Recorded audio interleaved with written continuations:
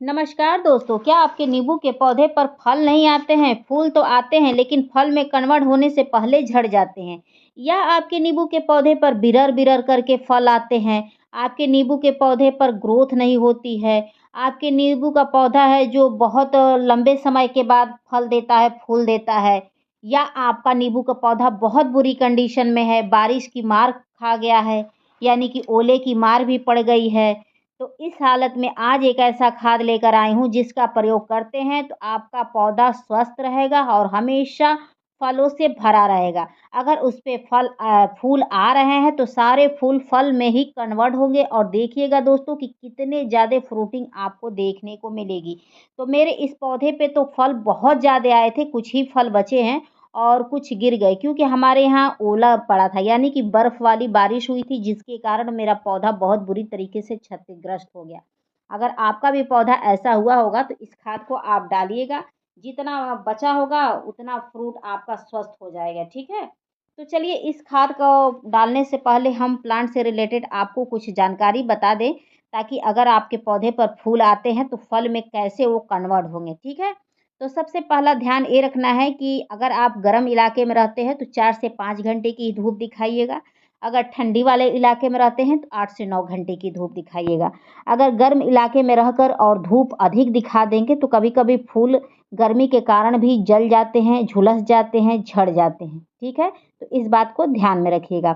फिर देखिएगा कि आपका पौधा कितने अच्छे से ग्रोथ करेगा। धूप का प्रॉपर तरीके से ध्यान रखिएगा। और एक चीज़ और है कि पानी का भी विशेष ध्यान धरिएगा। जैसे कि गर्म इलाके में है तो कम से कम 2 बार पानी दीजिएगा और ठंडी वाले इलाके में है तो 1 बार पानी दीजिएगा। पानी की कमी से भी फूल वगैरह झड़ जाएँगे, फल में कन्वर्ट नहीं हो पाएँगे और जो फल होते हैं ना उनका साइज़ नहीं बढ़ पाता, वो छोटा का छोटा ही रह जाता है।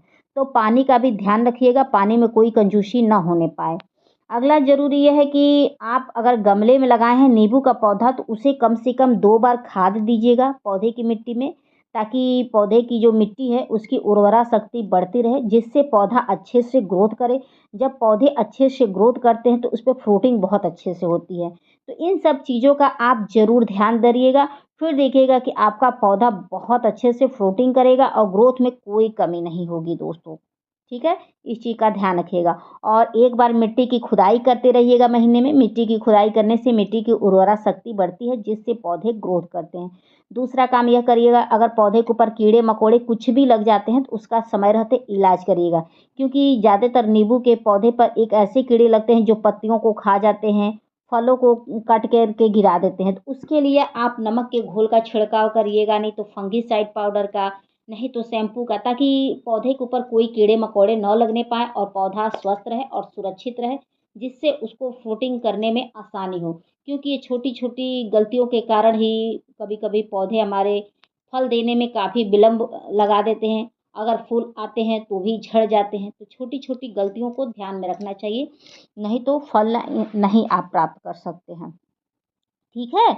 इस चीज़ का आप गौर करिएगा और साल में 1 बार कम से कम कटाई-छँटाई कर दीजिएगा, ताकि आपका पौधा जितना ही घना होगा, उसपे उतना ही ज़्यादा फल आएँगे, क्योंकि ब्रांच का होना भी बहुत ज़रूरी होता है। अब आप सोचेंगे एक छोटे से ब्रांच पर और दुनिया भर का फल आए, तो ये संभव नहीं है। तो उसके लिए साल में 1 बार कटाई-छँटाई भी कर दीजिएगा और इन सब चीज़ों को ध्यान में रखिएगा। तो चलिए हम खाद देना बताते हैं और जो ज़रूरी क्या टिप्स है, वह वीडियो के लास्ट में बता देंगे। तो उसके लिए आप मेरा पूरा वीडियो देखिएगा दोस्तों, ठीक है? तो खाद देने से पहले एक चीज़ और ध्यान रखिएगा कि जो आपके पौधे की मिट्टी में अनवांटेड पौधा हो, यानी कि इल्लीगल पौधा हो, जिसका हमारे कोई काम का ना हो, उसे आप निकाल के फेंक दीजिएगा। जैसे कि घास-फूस है, बहुत ऐसी चीज़ें निकल जाती हैं जो हमारे काम की नहीं होती हैं, उसे हटा देना चाहिए। क्योंकि पौधे की एनर्जी को ले लेती हैं, जिससे पौधा बहुत ग्रोथ करने में विलंब लगाने लगता है। क्योंकि एक तो गमले में लगा हुआ पौधा है और उसी में खरपतवार लगा रहेगा, तो खरपतवार में सारी एनर्जी वेस्ट हो जाएगी ना, तो इन सब चीज़ों को ध्यान में रखिएगा।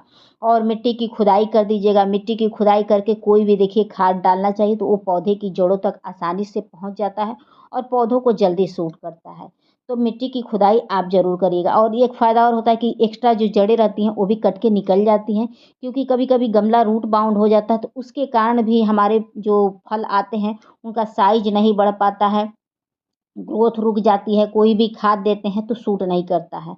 तो कोशिश यही करिएगा कि आप साल में 1 बार पौधे को दोबारा रिपोर्टिंग कर ही लीजिएगा, ठीक है ना? और ऐसे खुदाई करिएगा और जड़ें कट जाएँगी तो घबराने की ज़रूरत नहीं है, आपके लिए फ़ायदेमंद ही होगा। तो चलिए हम खाद देना बताते हैं बिना विलंब किए दोस्तों। ताकि आपके पौधे अच्छे से ग्रोथ करें। तो देख सकते हैं कि मैंने हल्दी लिया है और चूना लिया है। चूना डालने से ये होता है कि पौधे की जो ब्रांच होती है वो मोटी होती है, पौधा स्वस्थ रहता है, अच्छे से फ्रूटिंग करता है। तो जो भी फल फूल सब्जी वाले पौधे होते हैं उन्हें चूना ज़रूर देना चाहिए ताकि भरपूर मात्रा में पौधों को कैल्शियम मिले। और हल्दी इसलिए डाली जाती है कि मिट्टी के अंदर कोई फंगस वगैरह ना उत्पन्न होने पाए, क्योंकि जब फंगस उत्पन्न हो जाते हैं तो अचानक से हमारे पौधे खराब हो जाते हैं, जैसे कि उनकी जड़ें खोखली हो जाती हैं, सड़ जाती हैं। तो इन सब चीज़ों से बचाने के लिए हल्दी डालना चाहिए। और जो चूना है वो थोड़ा-सा फंगिसाइड का भी काम करता है, कीटनाशक का काम करता है। तो इसको ज़रूर डालना चाहिए, ठीक है? अक्सर आप देखिएगा कि गाँव वगैरह में पेड़ों के ऊपर चूना वगैरह लगाया जाता है कीड़े-मकोड़ों से बचाने के लिए और पौधों को स्वस्थ रखने के लिए।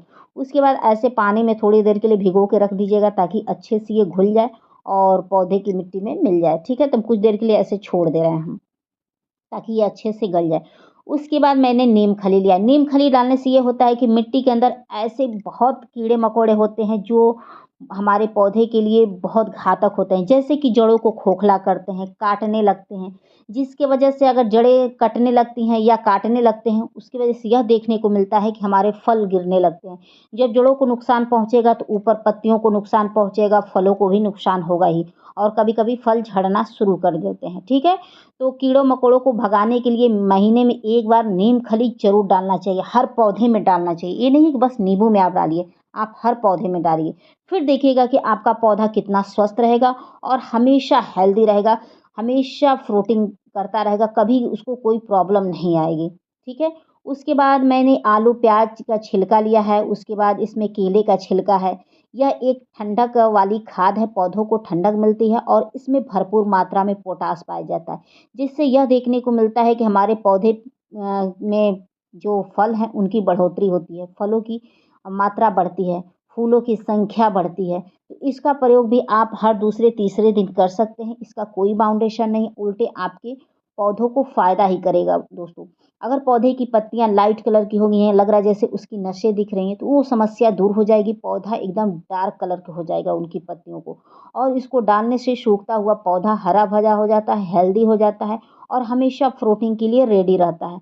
तो इसको आप ज़रूर डाला करिए। अगर आपके यहाँ भयंकर गर्मी पड़ रही है, तो जो किचन वेस्ट मटेरियल का पानी है, इसको डाल के देखिए, आपका एक भी पौधा नहीं मरेगा और नहीं तो बहुत ही स्वस्थ रहेगा। इस चीज़ को आप आज़मा के देखिए, आपको बहुत अच्छा रिज़ल्ट मिलेगा। जब से मैंने इन सब चीज़ों का प्रयोग किया, मुझे अच्छा रिज़ल्ट मिला है। उसके बाद मैंने ये गुड़ लिया है दोस्तों। गुड़ डालने से ये होता है कि अगर आपके पौधे की जो मिट्टी है, उसकी ताकत ख़त्म हो गई है, यानी कि उसकी उपजाऊ शक्ति समाप्त हो गई है, तो इसको अगर डालेंगे तो आपकी मिट्टी की उपजाऊ शक्ति बढ़ेगी, यानी कि उर्वरा शक्ति बढ़ेगी, जिससे पौधा बहुत अच्छे से ग्रोथ करता है।